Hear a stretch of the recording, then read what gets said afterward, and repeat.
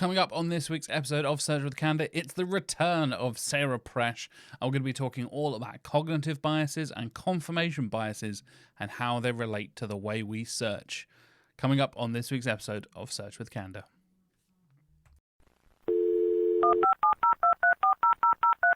Hello and welcome to this week's episode of Search with Candour. I am your host, Jack Chambers-Ward, and welcome back to Season 3.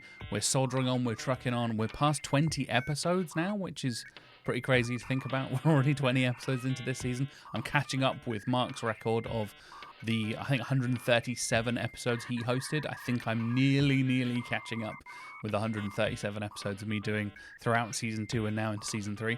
Anyway, my guest for this week is Sarah Presch. She is making a return to the show after, I think, a year and a half ago, pretty much, talking all about confirmation bias and cognitive biases and how they relate to the way we search and change the way we search, and how much what you type into the search bar can change the results of what you're going to get on the results page. It's a fascinating discussion and bringing in a lot of Sarah's psychological knowledge. Sarah is a trained psychologist, has a degree in psychology, and it's a really interesting discussion for me to bring in some of my scientific background as well, and us to really have a conversation about how it all affects the way we search and why we search the way we do, and how much that matters to what you're actually going to get in terms of things that will just confirm what you're already searching for and maybe go against the grain, and a few surprises along the way there as well. This is all based on an article that Sarah did over on the Dragonmetrics blog. Of course, a link in the show notes as always. And of course, building on Sarah's talk from Brighton SEO earlier this year, last month in April. And essentially, this is kind of the third part of that series. There's a 20-minute talk if you want to go and check out the Brighton SEO talk. I know you can go to their website and check out all the replays and stuff like that. Then the expansion of that was the blog post, and then we kind of expanded even more upon that and turned it into a conversation here on the podcast. So kind of a triple threat, triple combo kind of thing where there's three parts to it. Before I get to my conversation with Sarah, of course, I'd like to say a huge thank you to this week's sponsors, and here they are now. Our sponsor for this week is Wix Studio, the web platform that gives agencies and enterprises the end-to-end efficiency to design, develop, and deliver exactly the way they want. Whether you manage 10 sites or 1,000 sites like some agencies do, here are a few things you can do from start to finish in less than 2 minutes on Studio. You can set up native marketing integrations with Google, Bing, and more in just one click. You can save so much time by reusing custom templates, widgets, sections, and design libraries across all of your sites, instead of having to build them from scratch each and every time. You can easily create seamless handovers by adding tutorials, guides, and more to your client dashboards. And speaking of dashboards, you get a full 360 view of all of your projects from one workspace with total control. And whether you're working your site with fellow SEOs, developers, other marketers, you're able to work on the same canvas at the same time with all of your team members. And of course, you'll be able to leverage some of the best in-class SEO defaults such as server-side rendering and automated structured data markup across all of your Wix sites. That is time up, I'm afraid, but the list keeps on going. Step into the Wix Studio by clicking the link in the show notes or the video description down below and see for yourself. Thank you so much to Wix Studio for sponsoring us here at Search with Candour.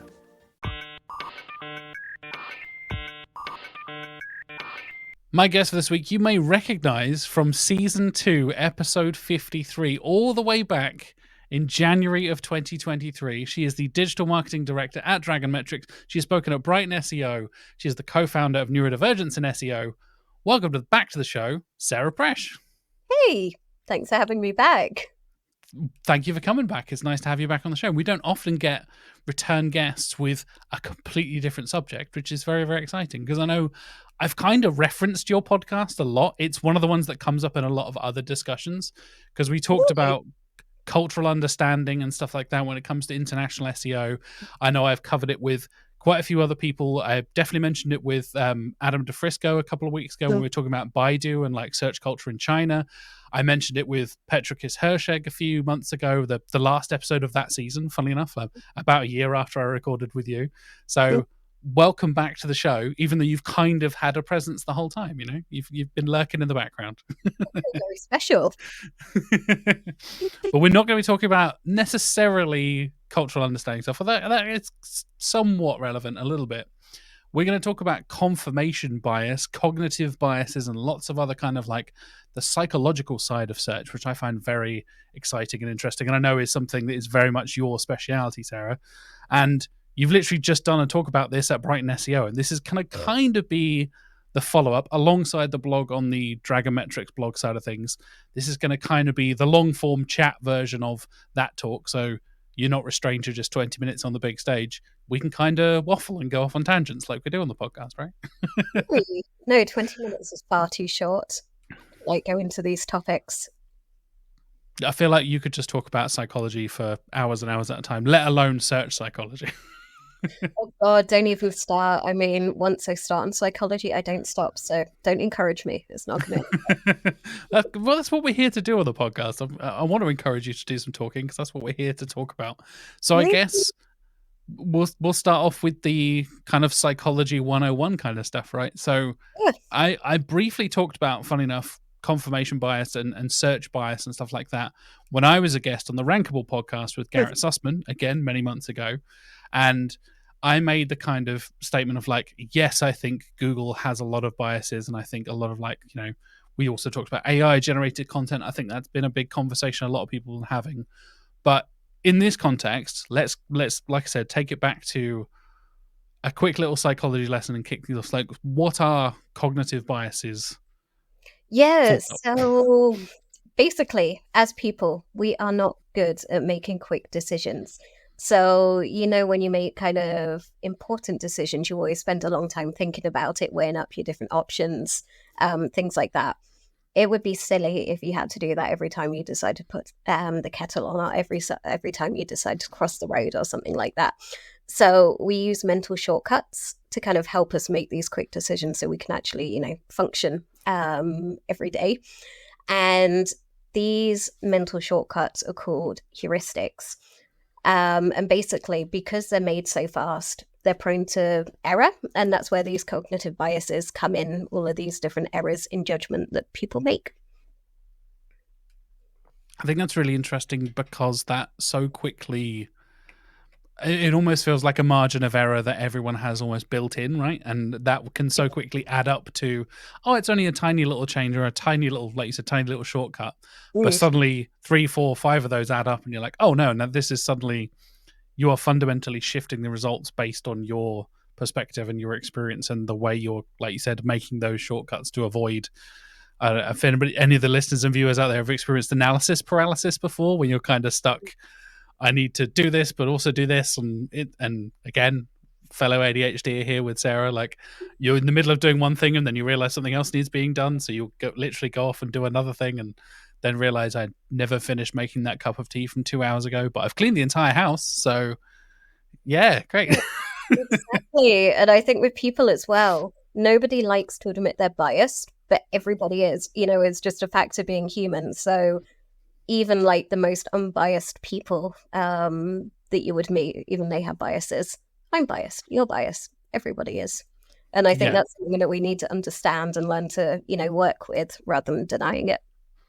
Yeah, I think that's a really important kind of distinction there, right? Where, like you said, we're all trying to be, especially when it comes to stuff online, and we're trying to give like the most correct, objective information and trying to be as unbiased as possible. But because we are humans and because we exist within the world we exist in our own little worlds as well, we inherently come with biases. And I think you're totally right. The way you come from that perspective of understanding that you have biases and where they are, what they are, and how you kind of understand them is much more powerful than just being like, well, I'm just going to be unbiased and objective the whole time. I am the perfect human being and there are no biases here. Don't worry. Exactly. I mean, when I was researching a previous talk that I did earlier in the year that talked more about, you know, cognitive biases in general in marketing, I remember, you know, thinking, I'm a marketer. I understand psychology. I'm not a sucker to, all of these marketing tricks that companies pull. And the more that I was going through it and the more I was going through different papers, I was like, shit, I do that. No. I think that's definitely something. I feel like you're more aware of it as a marketer. Like you see an ad on social media or you see a particular article or whatever, you're like, yeah, I can see why you've put that heading there. Or, oh yeah, that's clearly your target keyword from your boss. I can see what you're doing there. Or all that kind of stuff. You have the SEO brain side of things. And I think we're all guilty of that. Probably all the listeners and viewers are as well, of like not being able to switch that off, right? But I think, again, you're totally right. That doesn't necessarily mean you're looking at it from an objective point of view, because objectivity essentially doesn't really exist in most cases when you're coming at it from a personal perspective. And I love what you talked about. So kind of essentially, listeners, go and read the article, go and watch Sarah's talk, all that kind of stuff. We're kind of going to be covering similar kind of stuff, but like I said, it'll be in a bit more detail. And the next point you talk about is something I'd never heard of, which I found really interesting, which is social identity theory. And I found this bit really interesting, where you're kind of categorizing different people in different areas and different understandings, right? So could you explain social identity theory for us, please? Yeah, so I'm a massive nerd when it comes to social psychology, and I have to say that social identity theory is one of my favorite things. Yeah. It grabbed me straight away. Really sad. But basically, social identity theory links in to kind of, we all have identities. We have our personal identities, and then we also have social identities. So that's kind of how we act. There we go. Can't get the words out. We act when we're around our friends and, the social groups that we form. And when we were talking about mental shortcuts just now, in order to do these mental shortcuts, what we do as people is categorize things. So like trees is a category, and, Christmas trees, all different types of trees kind of go into trees.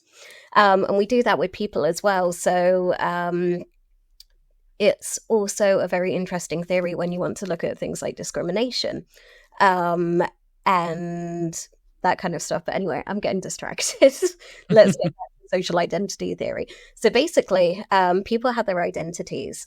And people get a sense of self-worth from their identities. So, this is why people are like proud football fans, or, proud to be Christian, or proud to, live where they live, or be patriotic, or stuff like that, because it gives them a sense of self-worth.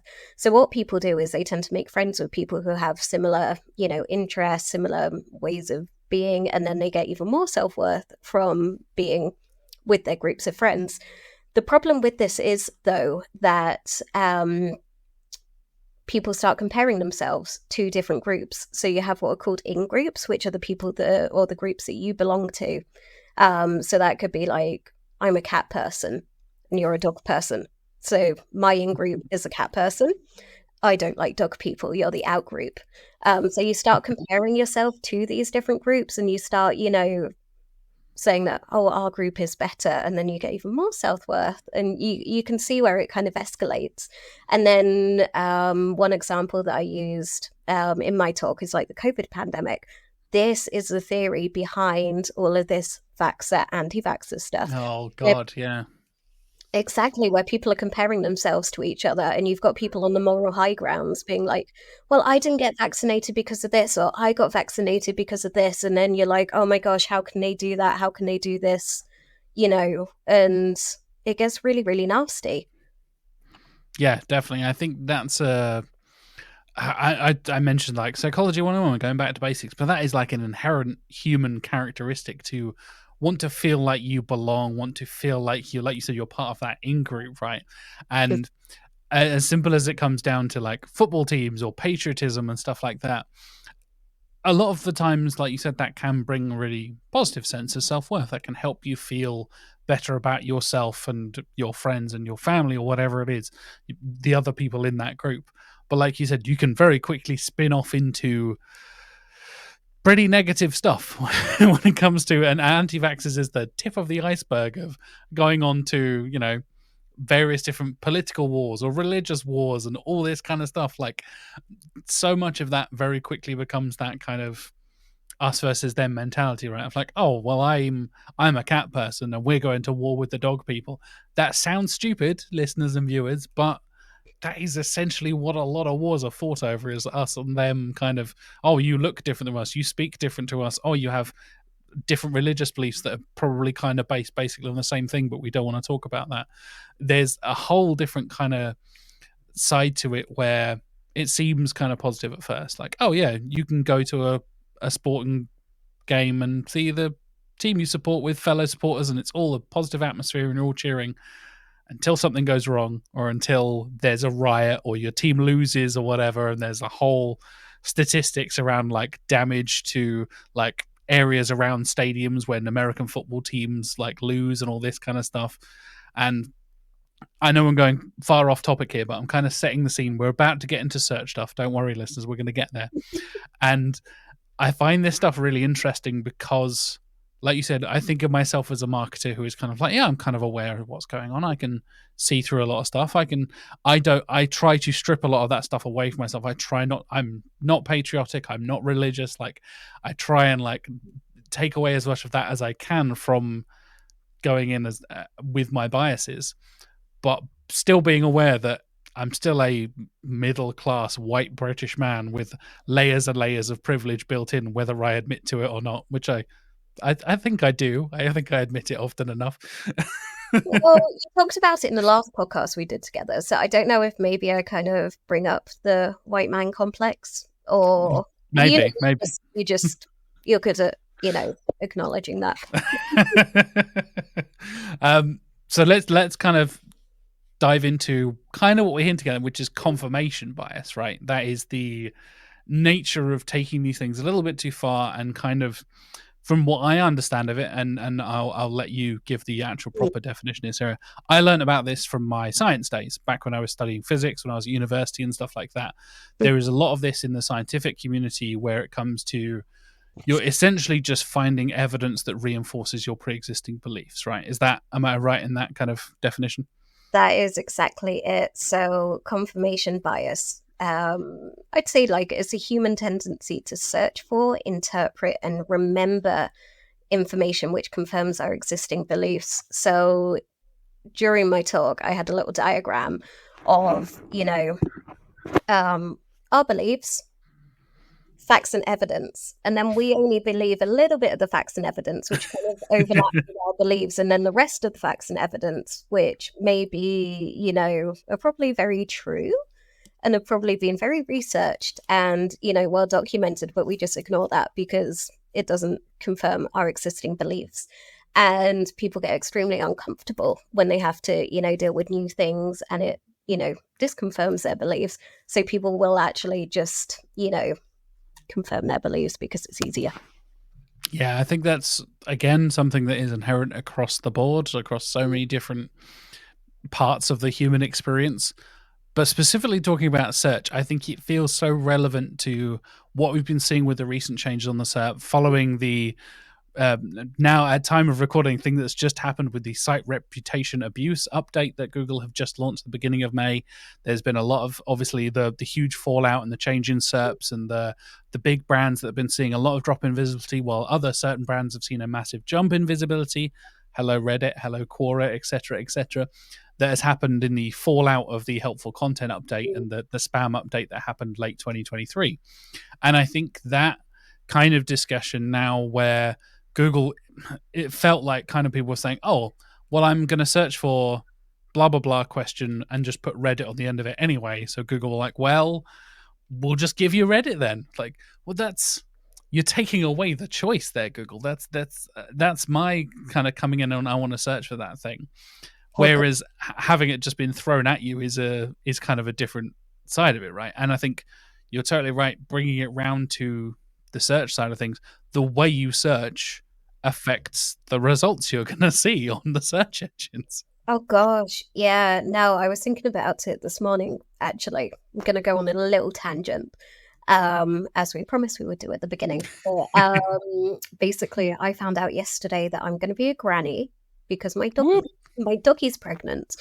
So over the last few weeks, I've been researching lots of topics on how do I know if my dog is pregnant? You know, what do bigger nipples in dogs mean? Now it's gone on to how the hell do I, help a dog give birth and that sort of thing.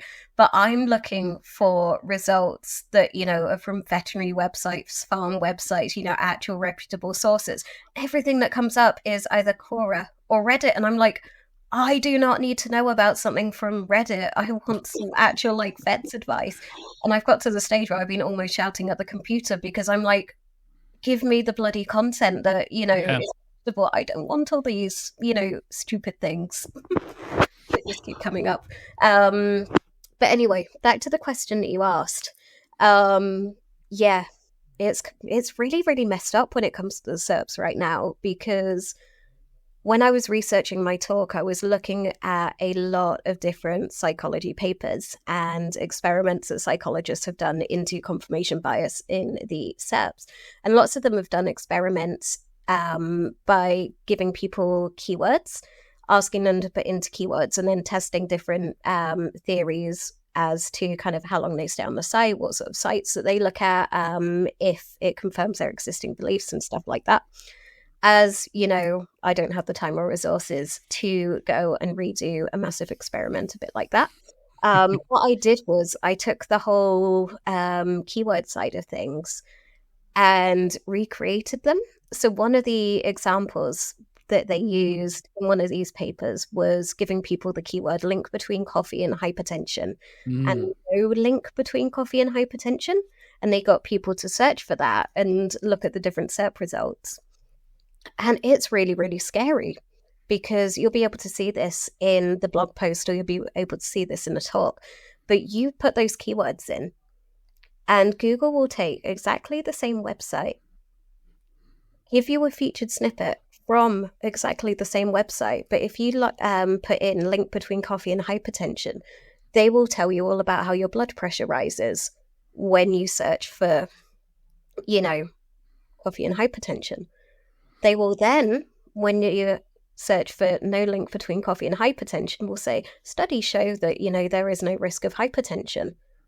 And you're looking at it and you're like, you're the same URL, taken, basically very, very similar keywords, and you've just spooned me up stuff that isn't correct, but it confirms my existing belief. That's not very good. Yeah, I love that you brought an example with a specific URL that gives two different feature snippets, because I think we often think of this, and the way I thought of it before I kind of read your blog post and seen these examples, was more about you get a different site's results, right? You would get a one from source A being coffee and really affects hypertension. It's going to really increase your blood pressure, and then a different site, a different source would say, no, don't worry about it, everything's fine. The fact that this is from the same, on Mayo Clinic, by the way, folks, we're legit, incredibly high reputation, very high trust levels. I've seen it. I have a few medical clients. I've had medical clients over the years. Mayo Clinic comes up all the time when I'm doing competitor research and stuff. They are pretty well established in the SERPs as one of the go-to sources for medical information across the world, basically in English-speaking countries. And the fact that you can get something from what Google considers an incredibly reputable source that seems to tick all of the EEAT side of things and really prove that it is an authority and a reputable source and trustworthy and all this kind of stuff, and you just put the word no in front of the same search term, you changed essentially two letters of the search term, and you get completely differing information that could genuinely have a difference to your life and your health and your medical procedures and stuff, right? I find it so fascinating. There's just the tiniest little shifts in, again, it's the way you search. If you're going in with, I don't want to look for this, then I'll go with a negative side of things. I don't want to look for the evidence for it. Or you're going and thinking there probably is, I'm worried about it, I'm going to look for what are the links between, or the link between, and stuff like that. Just coming with a slightly different angle fundamentally changes the answer from the same bloody article. Oh my God, it's awful. So then another example that I looked at was, is ADHD caused by sugar? which I'm sure both of us can have a laugh at, both being ADHD and having heard that, we're too naughty, we ate too many Skittles when we were a kid. Yeah. That is what is causing our problems, But basically, when it comes, I searched for, is ADHD caused by sugar? Luckily, Google has a warning at the top that's kind of highlighted that says sugar does not cause ADHD. However, they've taken the same website and they've done 2 different featured snippets. So the is ADHD caused by sugar says people who consumed more sugar were more likely to have ADHD symptoms. I searched for ADHD not caused by sugar, so, one little extra word in there.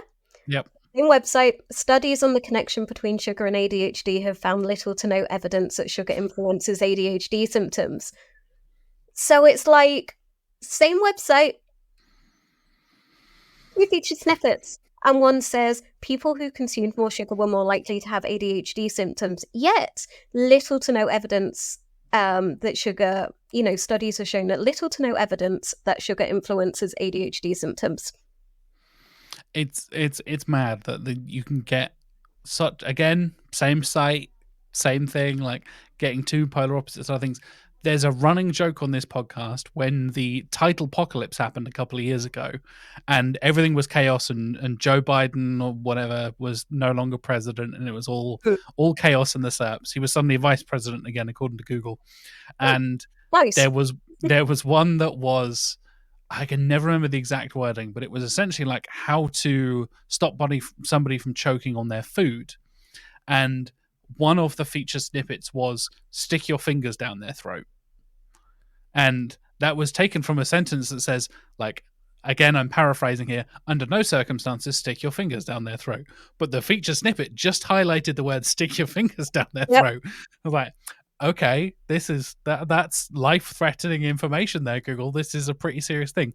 And I think we're seeing this here, right? This is legit research for medical information, for information about conditions. We talked about vaccines. I think this was a huge part of what Google were doing when they published their whole like misinformation side of things. They really tried to, like, for want of a better phrase, tidy things up and be a bit more strict about it when COVID was happening and people were discussing, like, non-reputable sources were giving medical information about how to treat COVID and the whole horse tranquilizer thing or whatever, the deworming tablets that people were taking and stuff and that whole thing. And it's so difficult these days, I think, especially even looking outside of Google search, but like social media being a perfect example, right? It's so difficult to determine a reputable source from a non-reputable source. Because if you're on Instagram, people aren't necessarily like, oh, by the way, I have these degrees or I work in this, medical practice, or as you were saying earlier about the dog stuff, like I work as a vet in this place or whatever. People don't necessarily say that up front, but they might show up when you're searching on TikTok or Instagram or Twitter or whatever it is. So it's a dangerous world out there, and it feels very crazy that this is all kind of happening in front of our eyes. Like the third example that I gave in my talk was actually about COVID. Because I was explaining that, during the COVID pandemic, my daughter caught COVID, had no symptoms whatsoever, didn't even realize that she had COVID until she started getting chest pains. Took her to A&E and they're like, oh my gosh, it spread to her heart. She went in intensive care. She was in intensive care for 2 weeks. She still has to go to a cardiologist once a year and still remembers, the doctor saying she could die in front of her. Wow. And after that happened, it was during the first outbreak, I was so angry every time somebody came up to me and was like, children don't get COVID. And it happened on a weekly basis, sometimes multiple times a week, and I wanted to jump down their throat and slap them. Literally whenever they said that. So based on that, I took this experiment a little bit further and put in, children not getting seriously ill with COVID. And again, you'd get a featured snippet saying, as a rule, young children rarely develop severe cases of COVID-19, and those who do almost always have another serious medical problem. Which isn't true in our case because she had no medical problems. And actually it came out that, is quite I wouldn't say it's quite a common, but it was quite a well-documented side effect for kids to have heart problems after COVID. And then I typed in serious side effects of COVID in children. No featured snippet, no nothing, but at the top, just above, some of the people also ask questions. It says children usually have mild symptoms of COVID, but can develop severe symptoms or life-threatening inflammatory conditions, like what my daughter had. And it's like the people who were searching for is ADHD caused by sugar or children not getting seriously ill with COVID. These are the people that need to see the SERPs that are medically correct, but they're not being served the SERPs that are medically correct, so it doesn't challenge their opinions, and they carry on being biased. Spreading misinformation. And, like, as SEOs, we always think that Google is our friend. Google is not our friend. Google's mean. Google's evil.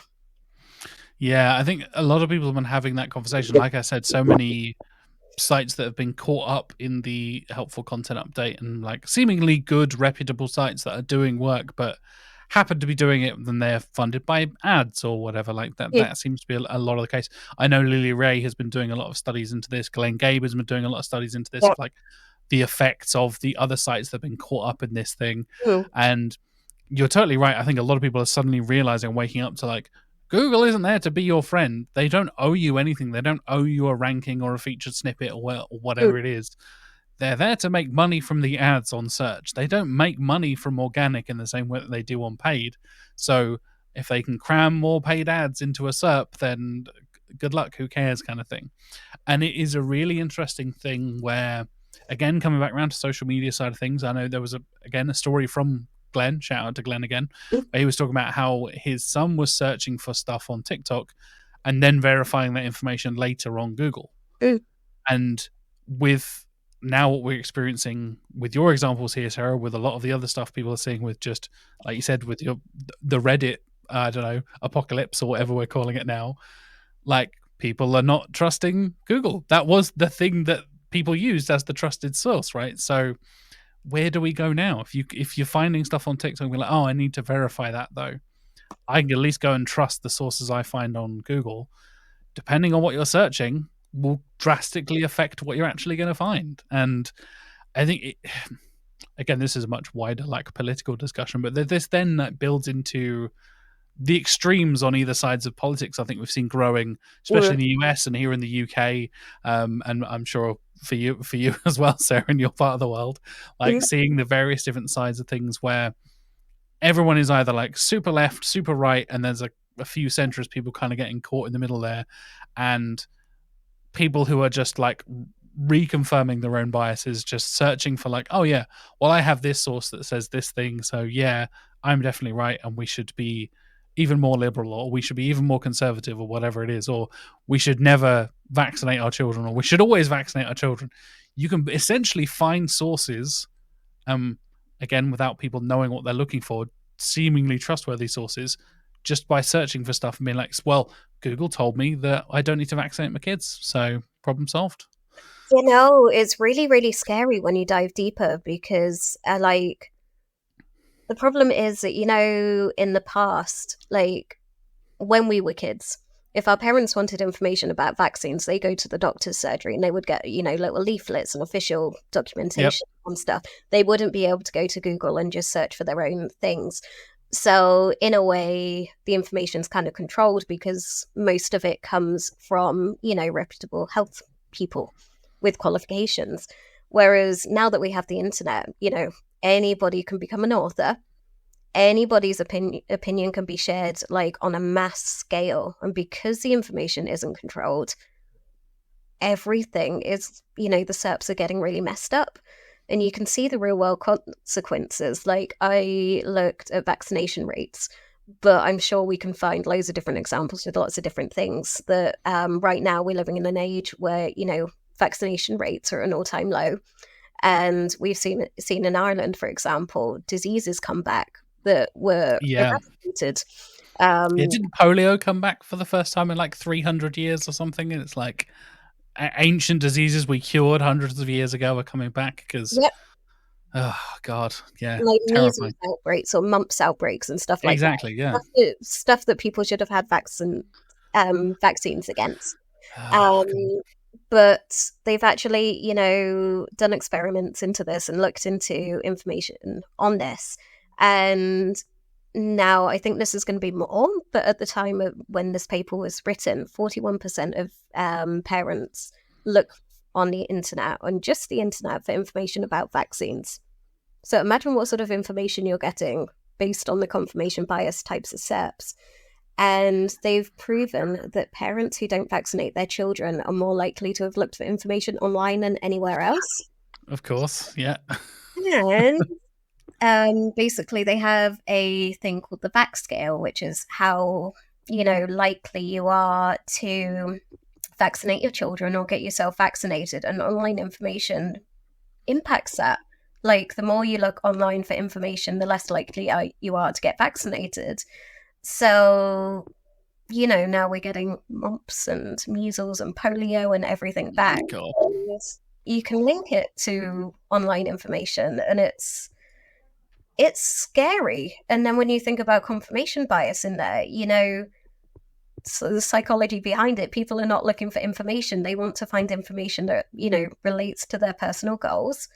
They don't want to explore websites that maybe change their view or gives them a balanced view of, should I vaccinate my children? They just want stuff that confirms their belief. And then they don't even, critically evaluate the stuff that they're reading. And it could be written by anybody. It could be written by, I don't know, a mum with a massive agenda who hates vaccinations or something like that. Yeah, I think that like the mum's net side of things, which is now infamous for spreading misinformation about basically anything you can think of in terms of being a parent. And you're totally right. Like, the way that people rely on online information these days, again, you and I being the same age, in our early 30s, Sarah, like when we were growing up, we would go to our GP, or the parents would refer you directly to, right, we're getting in the car, we're going down, we're going to go and see the doctor and all that kind of stuff.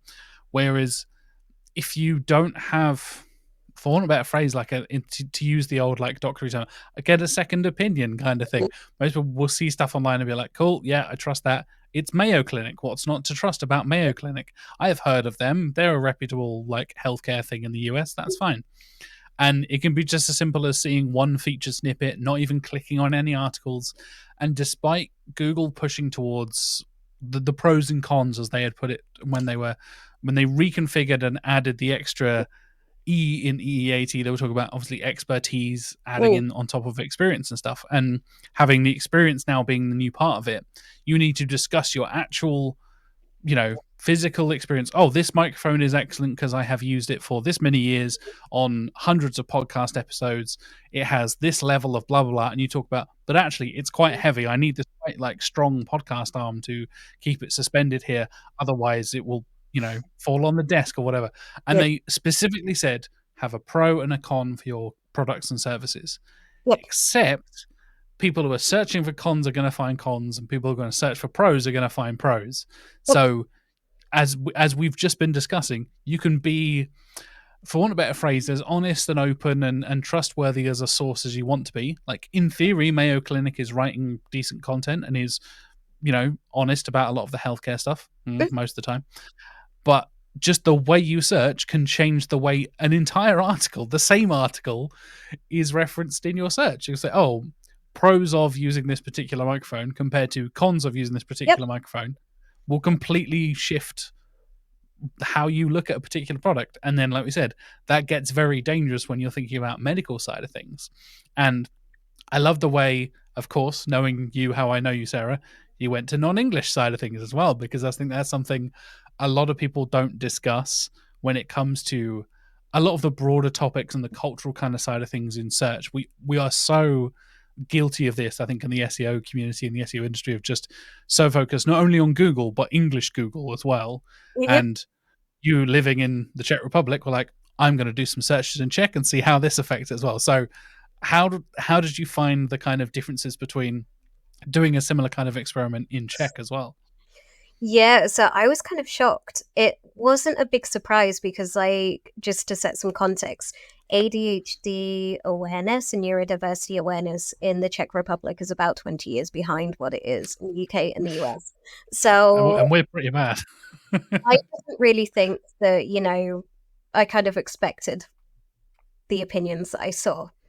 What I didn't expect was Google to manipulate them and not help the situation, because I mentioned in the English example that they had a warning saying, ADHD is not caused by sugar.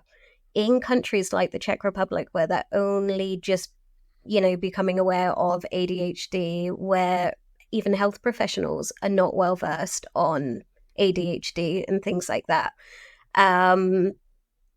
you need the warnings in there because people are so susceptible to kind of misinformation about that because they don't have the ability to critically evaluate everything that they read.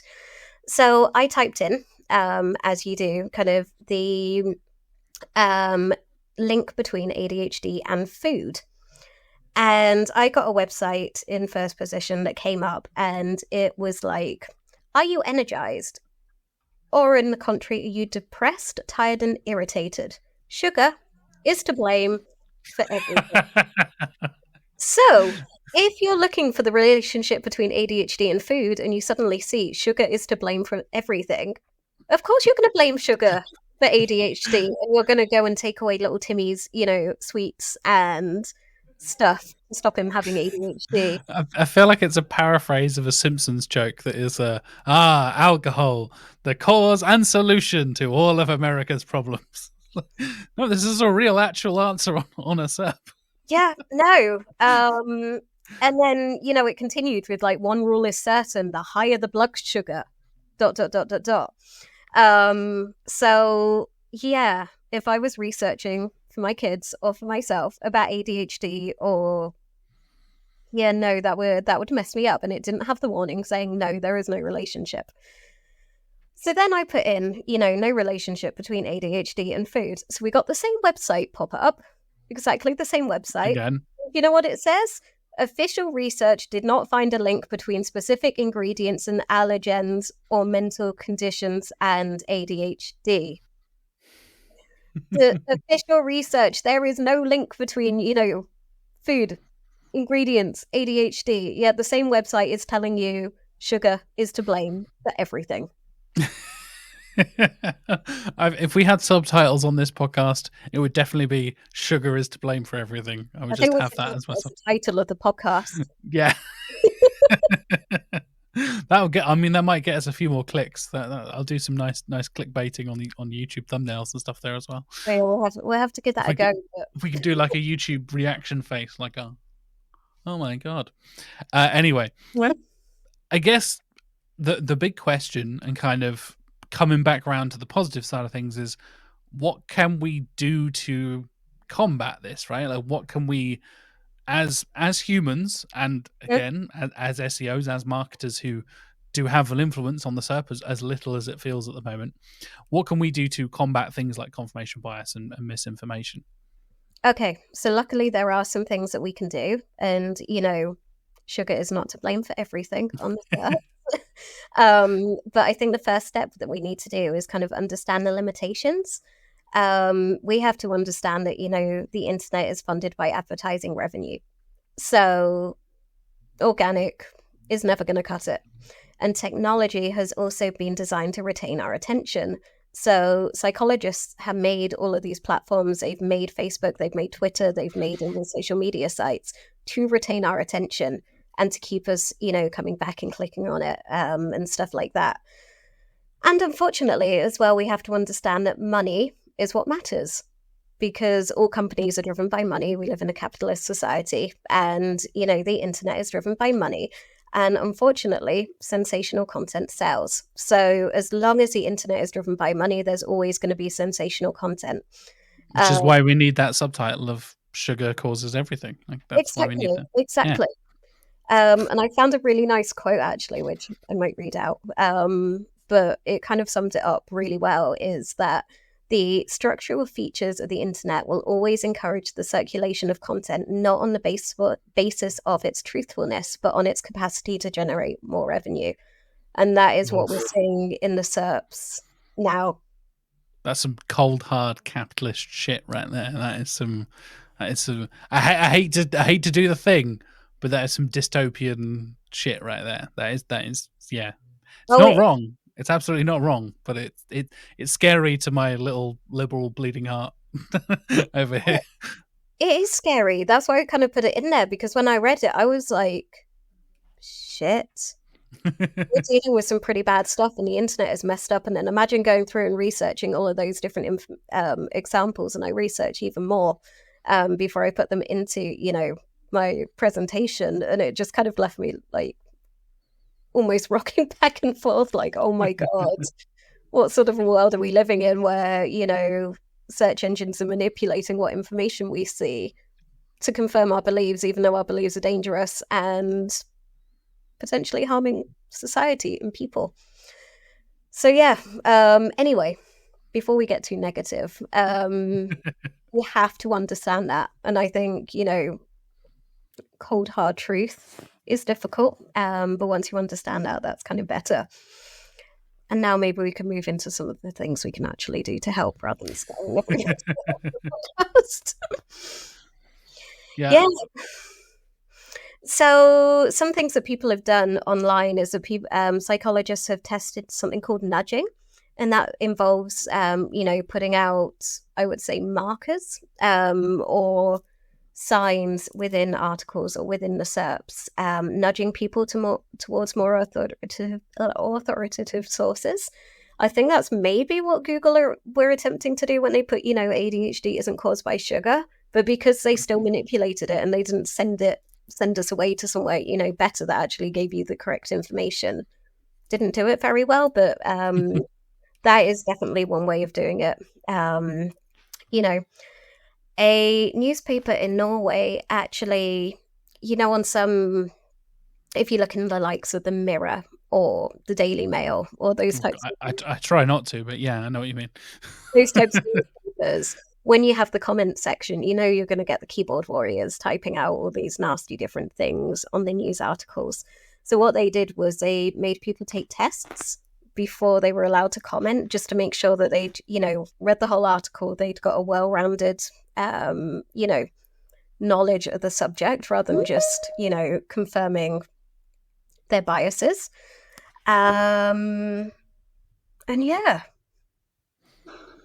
I find that testing stuff so fascinating, where you get, I know a lot of people are discussing this with a lot of election stuff happening. Like you should have to go and read the various parties' manifestos and promises and all this kind of stuff before voting. And it can be as simple as before you leave a comment on an internet article. Like, that seems like such a silly thing, but that is how misinformation spreads. And I will very, very, very rarely say this, but credit to Twitter/X, which I think it's the first time I've ever said that out loud.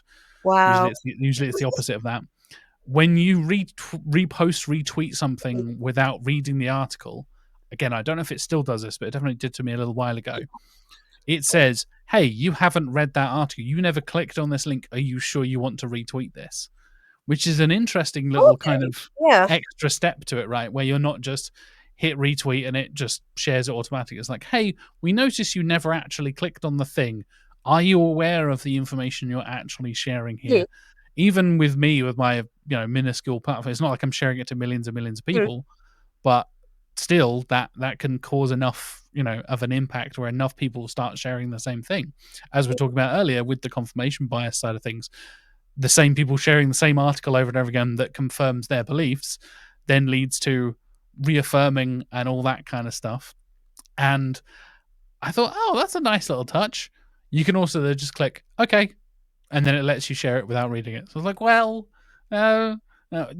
it's a tricky thing. I love the idea of it, but I do think a lot of people would be very the typical put out by it. I'll be honest. Yeah. Imagine your typical Daily Mail reader who's decided that they're going to wage war against, the boats or things today, sitting there and taking a test before they start doing anything. They'll probably hit Facebook and start writing their angry rants, somewhere else. So while those things are good, what I keep saying to people is that we're kind of the front line as SEOs. We're the ones who create most of this content. We're the ones who actually, impact if it's going to be at the top of the SERPs or not. So we're kind of the last line of defense as to the type of content that goes out and that is reputable. So as SEOs, we really, really, really need to think about the type of sources that we use when we're researching articles. I know lots of people, like from my agency days when I used to work for big agencies, lots of writers would kind of go to the SERP, see what's in the SERPs and just regurgitate kind of what's there without checking if it's, valid or, reputable or anything like that. Don't do that. Basically, reheat your own content that is good, and make sure that it's from reputable sources. Another thing is, be aware of biases, be aware of what's going on, be aware that you as a person might have biases. It might not just be confirmation bias, but it could be different things. There's over like 100 different cognitive biases out there. So chances are you'll have one or two. So learn about them, fact check, as I've already said, everything. Understand search engine algorithms, but not from a perspective of SEO and like, oh my gosh, the algorithm does this and that. And, understand that the algorithm is there to sell sensational content and that they are going to, confirm and manipulate your content based on, what people are searching for. You've got to understand that. Evaluate website quality. So again, making sure that the websites that you reference, the websites that you're making are quality, and things like that. Think about how the keywords are phrased, because sometimes the keywords that you research can be very biased.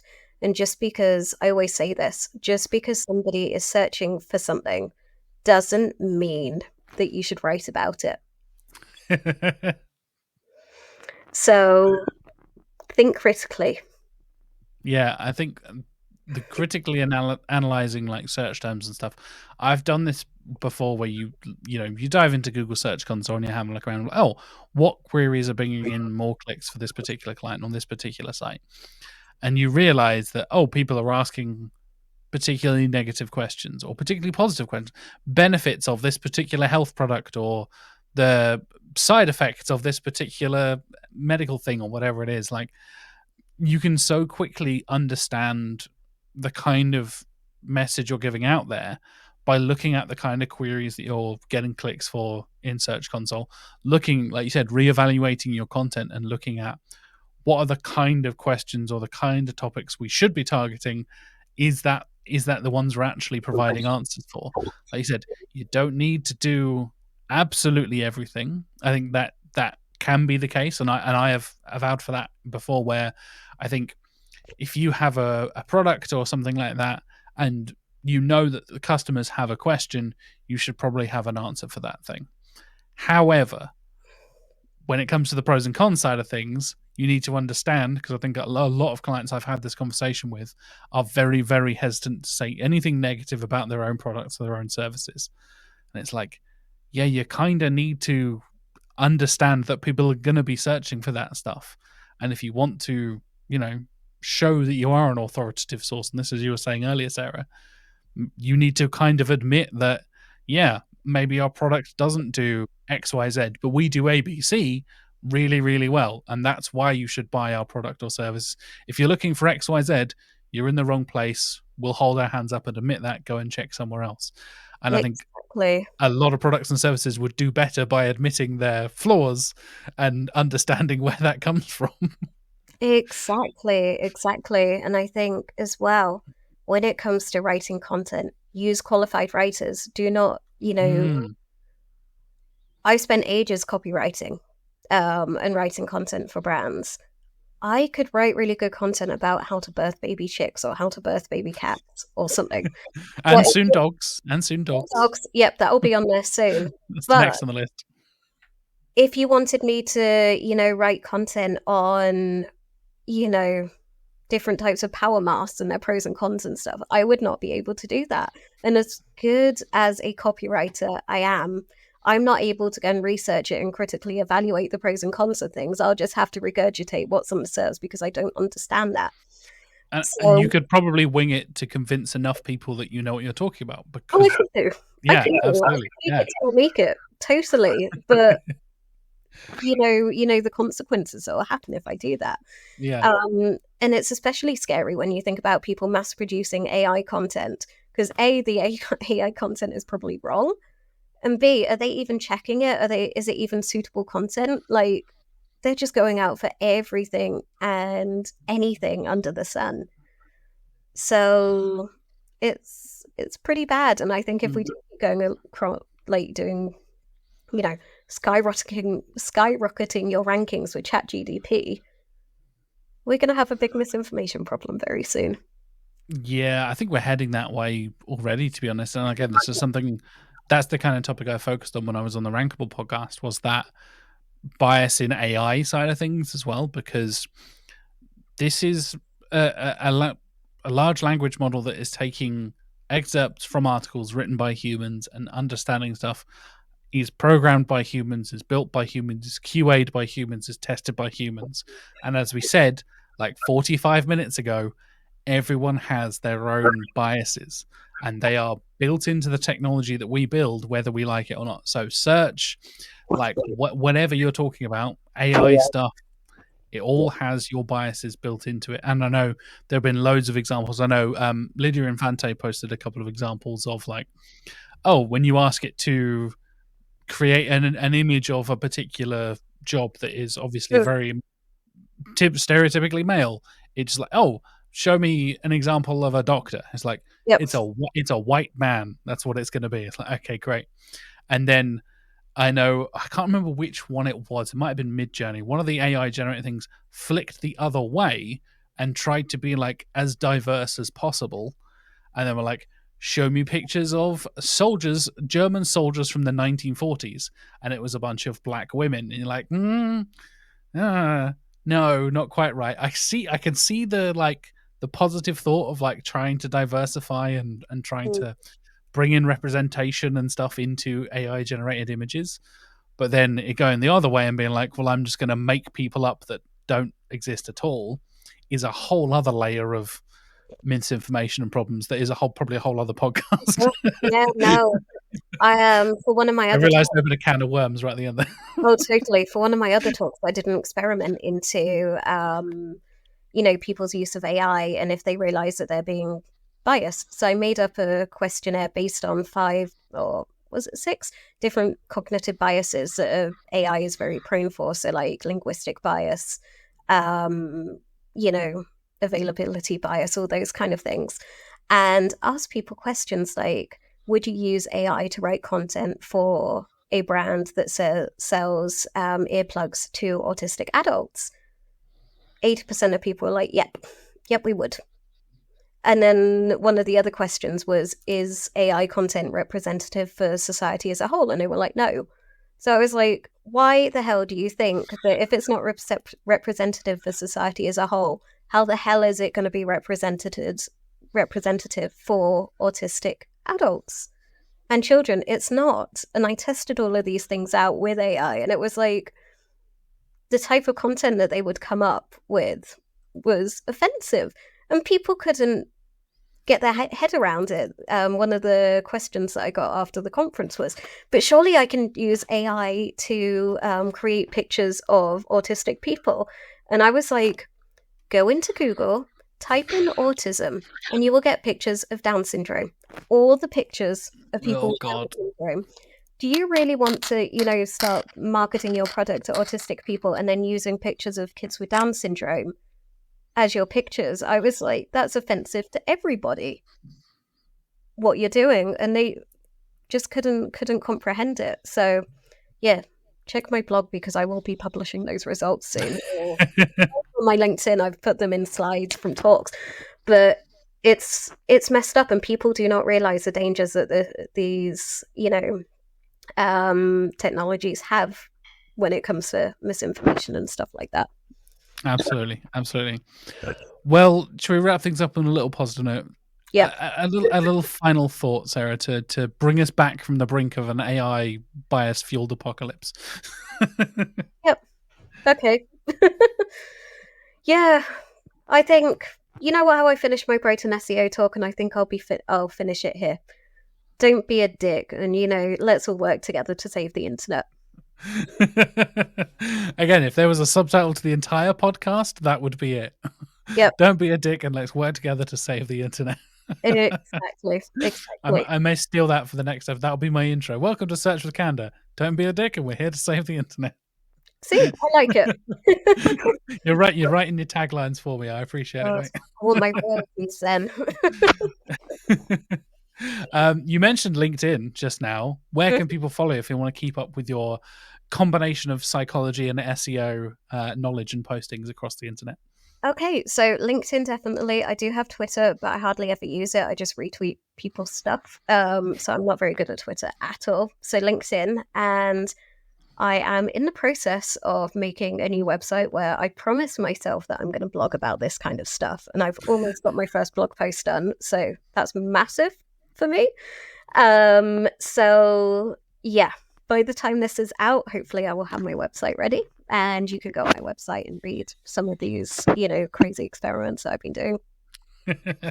Well, links for everything, listeners and viewers, will be in the show notes. So go and follow Sarah on LinkedIn. Go and check out the new search psychology blog that is going to be sarahpresch.com. And enjoy it. Go and follow Sarah. She's awesome. Thank you for joining me, Sarah. It's lovely to have you back on the show.